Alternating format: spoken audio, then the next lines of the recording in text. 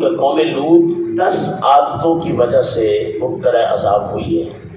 وہ 10 عادات ان کے اندر کون سی تھی؟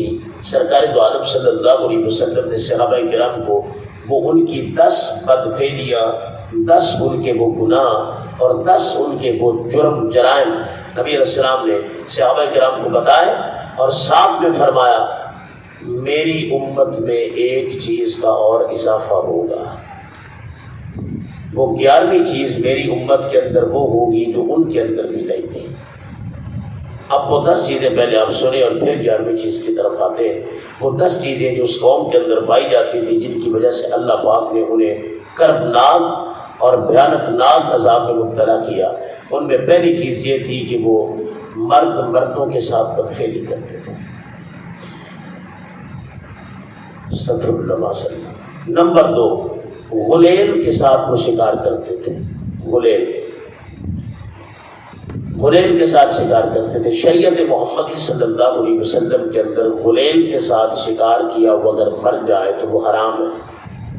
اس کی کیا وجہ ہے؟ اس کی وجہ یہ ہے کہ جیسے کسی جانور کا یا پرندے کا گلا گھونٹ کے اس کو مار دیا جائے، چونکہ اس کی وہ کنکر اس کے اندر ڈال کے یا کوئی بھی چیز جب اس کی طرف تھرو کی جاتی ہے، ماری جاتی ہے جب پرندے کو، تو اس کو چوٹ لگتی ہے، جسم نہیں پھٹتا، چوٹ لگتی ہے تو وہ گرتا ہے، جب مر جاتا ہے تو اس کے جسم کا خون اس کے اندر ہی ٹھنڈا ہو جاتا ہے۔ اور آپ کو پتہ ہے کہ جب کوئی گولی یا بندوق سے شکار کرتے ہیں تو وہ جب بندوق کی گولی لگتی ہے تو اس سے اس کا جسم پھٹتا ہے، خون بہتا ہے اور وہ خون نکل جاتا ہے، جس کی وجہ سے وہ شکار حلال ہو جاتا ہے۔ غلیل کے ساتھ وہ حلال نہیں ہوتا، وہ اسی طرح مر جاتا ہے اور خون اس کے اندر رہ جاتا ہے، جس کی وجہ سے وہ حرام ہے۔ وہ غلیل کے ساتھ شکار کرتے تھے، یہ عیب ان کے اندر تھا۔ نمبر 3، کنکریاں مارتے تھے خواتین کو، رستوں میں بیٹھ جاتے تھے اور جو خواتین پردہ دار باحیا گزرتی تھی تو وہ کنکر ان کو مارتے تھے، بلٹ بازی کرتے تھے، رستے روک لیتے تھے لوگوں کا اور لوگوں کو تنگ کرتے تھے، رستے کا حق مارتے تھے۔ راستے اس لیے تو نہیں بنے کہ وہاں بیٹھ کر لوگوں کی عزتوں کو تانکا جائے، وہاں بیٹھ کر آنے جانے والوں کے لیے ذلت کا سامان پیدا کیا جائے، تو وہ یہ کام کرتے تھے۔ نمبر 4، حمام کے اندر ننگے نہاتے اور کھیلتے تھے، ننگے بدن نہاتے تھے، اس قدر وہ بے حیا قوم تھی۔ ننگے بدن نہاتے تھے حمام میں، تالاب میں، اور ایک دوسرے کے ساتھ کھیلتے تھے۔ نمبر 5، دف بجانے اور گانے بجانے والا معاملہ ان کے اندر عام تھا، دف بجاتے تھے، لاکھ و لاکھ میں مبتلا تھے۔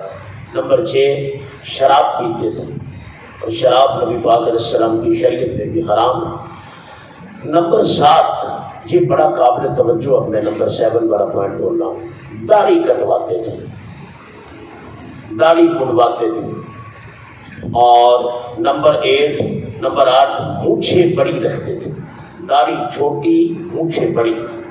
سرکار دو عالم صلی اللہ علیہ وسلم کا واضح فرمان ہے، نبی علیہ السلام نے فرمایا کہ تم داڑھی بڑھاؤ مونچھیں کم کرواؤ۔ فرمایا یہود و نصارہ کی مخالفت کرو، وہ کیا کرتے ہیں؟ وہ مونچھیں بڑی کرتے ہیں، داڑھی کم کرتے ہیں، اور تم امت محبوب صلی اللہ علیہ وسلم ہو، تم مونچھیں کم کرواؤ، داڑھی بڑھاؤ، اپنی الگ پہچان بناؤ جو اس امت کی پہچان ہے۔ تو یہ اس بات پر بڑا دکھ اور بڑا افسوس ہے کہ جتنے بھی احباب یہاں درس شریف سن رہے ہیں، میں تمام سے دست بستہ یہ التجا کر رہا کہ داڑھی شریف کو بڑھاؤ۔ داڑھی شریف سنت ہے، صرف نبی پاک علیہ السلام کی نہیں، 1,24,000 نبیوں کی سنت ہے۔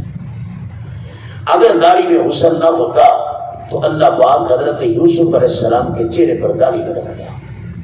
اگر داڑھی میں حسن نہ ہوتا، اللہ پاک سرکار دو عالم صلی اللہ علیہ وسلم کے چہرے اندس پر داڑھی کو نہ سجاتا۔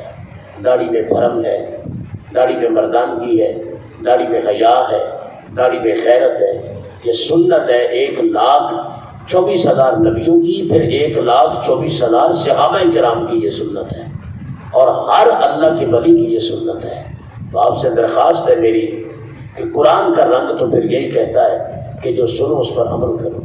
زندگی پتہ نہیں کتنے دن کی ہے، ہم مر کے جب قبر میں جائیں اور جب نبی پاک صلی اللہ علیہ وسلم ہماری قبر میں ہو اور پوچھا جائے ہم سے کہ ماں کنت تقول فی ھذا الرجل، بتا سرکار کے بارے میں تو کیا کہتا تھا دنیا میں، تو جب ہمیں سرکار کی زیارت ہو تو اس وقت کم از کم ہمارے چہرے پر سنت رسول تو سجی ہو.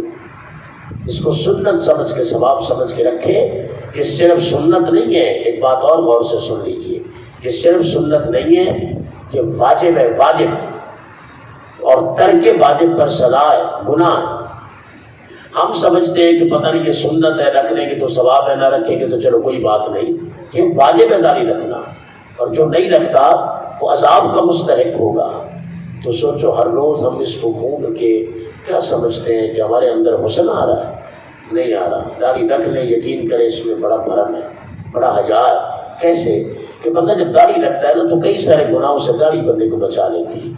بندہ جب کوئی ایسا ویسا کام کرنے لگتا ہے خود ہی بندے کو حیا آ جاتا ہے، یار میرے چہرے پر سنت رسول ہے، میں یہ کام کرتا بڑا اچھا لگتا ہے. اس میں بڑا بھرم ہے، بڑا حیا ہے.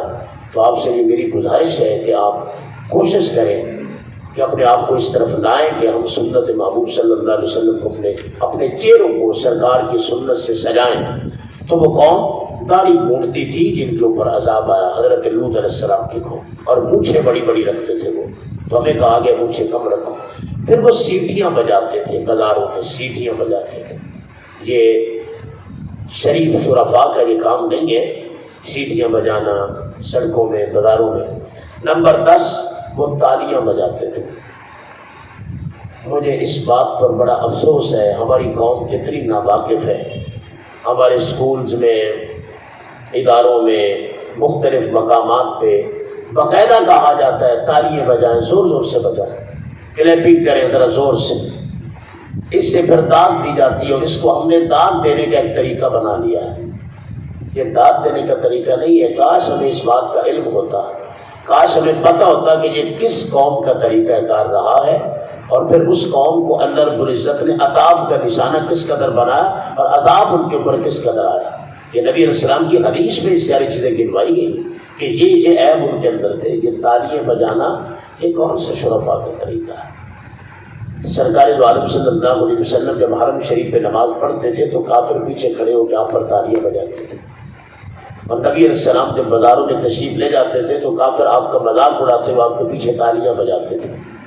یہ کوئی احسن طریقہ نہیں ہے تالیاں بجانا. ہاں اگر داد دینی ہے تو اس کے لیے شریف میں بڑے خوبصورت لفظ ہیں، جزاک اللہ، ماشاء اللہ، سبحان اللہ، بڑے خوبصورت لفظ ہیں، دعا بھی ہے، ثواب بھی ہے. تو یہ تالیاں بجانا یہ تو اس قوم کا طریقہ تھا جن کے اوپر عذاب نازل ہوا ہے. یہ تو 10 کام وہ تھے جو ان کے اندر تھے. اور 11ویں بات نبی علیہ السلام نے فرمایا، یہ بات 11ویں میری امت میں اضافہ ہوگا. کیا فرمایا؟ یہ میری امت میں یہ بھی کام ہوگا کہ خواتین کے ساتھ بدفعلی کریں گی. ہمیں عبرت حاصل کرنی چاہیے حضرات ذی وقار، ہمیں عبرت حاصل کریں. اور آج اس وقت دنیا کا ذرا مشاہدہ کریں. یہ بات سننے کے بعد اب ذرا آپ مسجد شریف سے اپنی سوچ کو بال گھمائیں. کیا ہو رہا ہے اس میں؟ نام نہاد مسلمانوں کے اندر کیا ہو رہا ہے؟ روشن خیالی کے نام سے کیا کچھ نہیں ہو رہا، بہت کچھ ہو رہا ہے. تو اللہ رب العزت سے پناہ مانگنی چاہیے. پھر سوچ اس بات کی طرف جاتی ہے کہ اس قوم نے یہ حرکت کی تو انہیں کس قدر المناک سزا ملی. تو ہمارے اندر آپ صلی اللہ علیہ وسلم فرما رہے ہیں ایک چیز کا اور بھی اضافہ ہوگا، 11 چیزیں ہوں گی، لیکن اس قوم کے اوپر پھر بھی وہ معاملہ اور وہ عذاب نہیں ہے. تو پھر بات تو وہی آ گئی نا کہ مالک کا منہ مارتا ہے. بات یہ ہے کہ رسول اللہ صلی اللہ علیہ وسلم کی ہم امت ہیں، اور اللہ کو سرکار دو عالم صلی اللہ علیہ وسلم سے بڑا پیار ہے.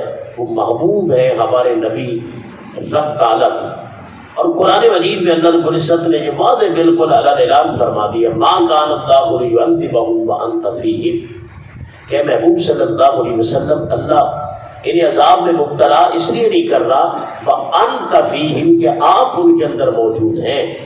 کہ آپ کے وجود مسعود کی برکت ہے کہ آپ رحمت للعالمین ہیں، ہم نے آپ کو بنا کر بھیجا ہے. تو اس لیے آسمانوں سے یہ عذاب نہیں اتر رہا، ورنہ کرتوت کوئی کم نہیں ہے.